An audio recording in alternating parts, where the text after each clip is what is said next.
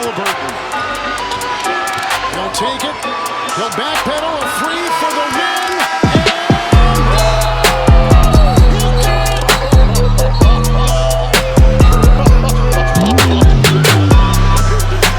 Hey y'all, and welcome back to another episode of the Fast Break Mill podcast. I'm your host Mill, and let's just get right into it. Today's episode is going to be Mill's picks, my guys for this draft season. And if you don't know, you should know now. I feel like I am confident in my scouting ability in the guys I picked. My track record being Victor Wembanyama, even though that felt obvious, but you would be shocked how many people didn't think he would translate in the NBA. Victor Wembanyama, Keontae George, Gigi Jackson, and the one I'm most proud of, Stephon Castle. Because if you didn't know, I called that one. So for this year, I decided I'm going to come out and say these are my guys. These are the three prospects that I truly believe are going to be superstars once they reach the NBA. To start off the video, I want to go with the guy who is the consensus number 2 in most people's draft boards, the guy who I believe if he was in any other draft class other than Victor Wembanyama's in the past 15 years, he would be the number 1 pick in most of those draft classes. This guy, I feel like, has superstar potential just written all over, and honestly, he even has MVP potential in my mind. I believe he could even be better than last year's Rookie of the Year, Stephon Castle. That guy I'm talking about is Dylan Harper, the 6'5", 213-pound combo. Going into the scouting, Harper's ability to score anywhere on the floor is amazing. He is a complete 3-level scorer in my opinion, and within an offense that allows him to space out the floor, he can dominate the game with his scoring. He has some of the best finishing I've seen since rookie year John Wall. If you know, you know.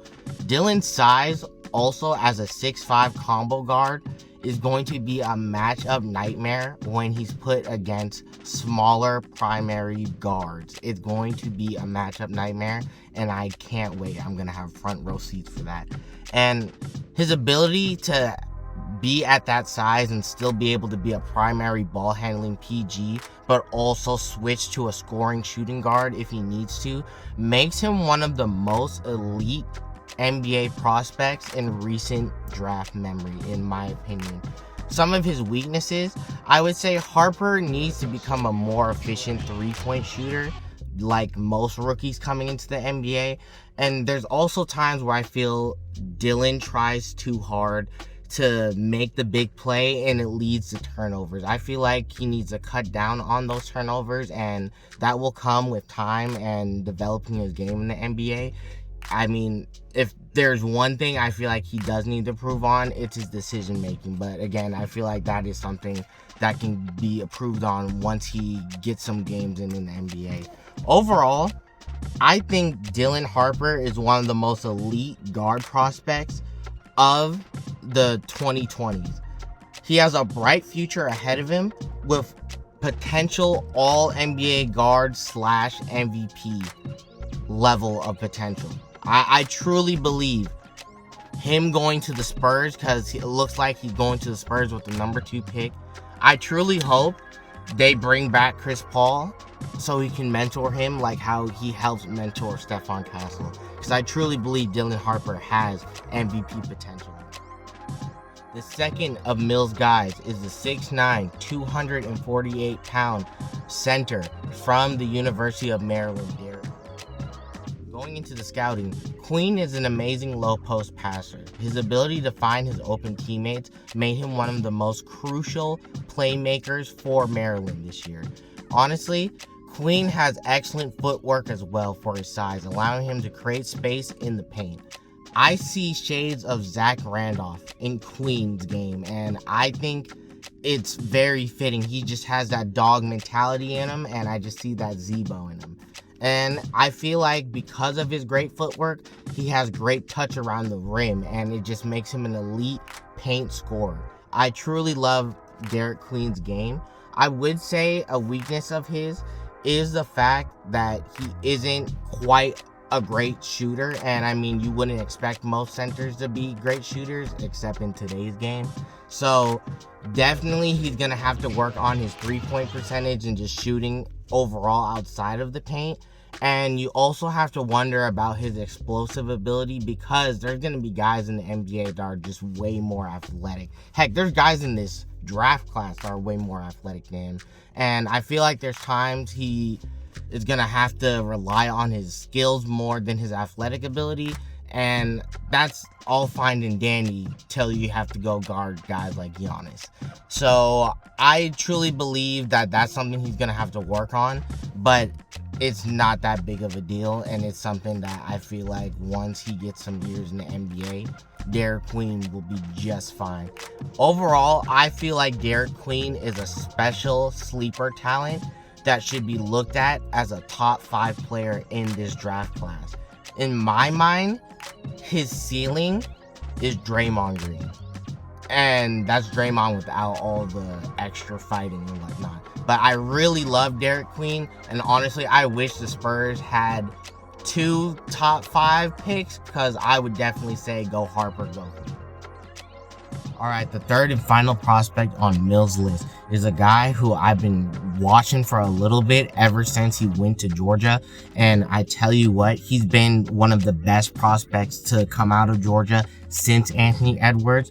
He truly, to me, has so much potential. And I'm going to say this right now. I think he's the 3rd best prospect in this draft class, and he's projected as like a late lottery pick, even out of the lottery, which is wild to me, because I believe if he can find a consistent jump shot on the next level and just work on a little few minor dings in his game, this man could literally become one of the best players in the NBA. And I'm talking about the 6'10", 224-pound forward, Asa Noel. Going into the scouting, Asa is an effortless scorer with insanely high basketball IQ. Some of the highest basketball IQ I've seen for someone this young. He has great running the lane ability, and he's able to find the open spot on the floor to score basically from anywhere. He doesn't have the most consistent 3-point jump shot, but he has it, and it's honestly effective enough to make him a 3-level scorer. And Asa is an athletic freak. He shows that on both ends of the court. Honestly, I think his highest ceiling is literally in his defense. I could see Asa going for Defensive Player of the Year. I mean, granted, Wemby's still in the league, but this is just how highly I think of his defense potential. Like, he has a high motor for someone this young, and I truly believe just his talent and athleticism could lead to him being really elite on both ends of the floor. I will say his weaknesses are the fact that he has a smaller frame for his position. Like I said, when he has to go against guys like Giannis, guys like Embiid, because I feel like they're gonna put him as a center because he's tall enough to be a center, and he's played center at Georgia. He's gonna have to go against guys like that, and being 224 is not gonna cut it. So he's definitely gonna have to work on his NBA body, and I also would like him to gain a more consistent jump shot. If he could just spend his rookie season taking shots, learning his shot, being able to gain that consistent 3, and he goes into year 2 with a consistent jumper, the sky would literally be the limit for Asa, and I would not be shocked if he would be able to reach it. Overall, I feel like he has the most sneaky high potential of any prospect in this draft. I have him as a top 3 prospect in this year's draft, and honestly, I think his ceiling is a better defensive Chris Bosh, honestly. And to me, he's my Stephon Castle for this year. I truly believe Asa Noel can be a special player on the next team. If you made it this far in the video, I just want to say thank you for taking the time out your day to listen to me babble on about NBA prospects and whatnot. If you haven't already, please subscribe and like the video, and also go follow my TikTok, justmill97. And yeah, I'll catch y'all next time. Thanks.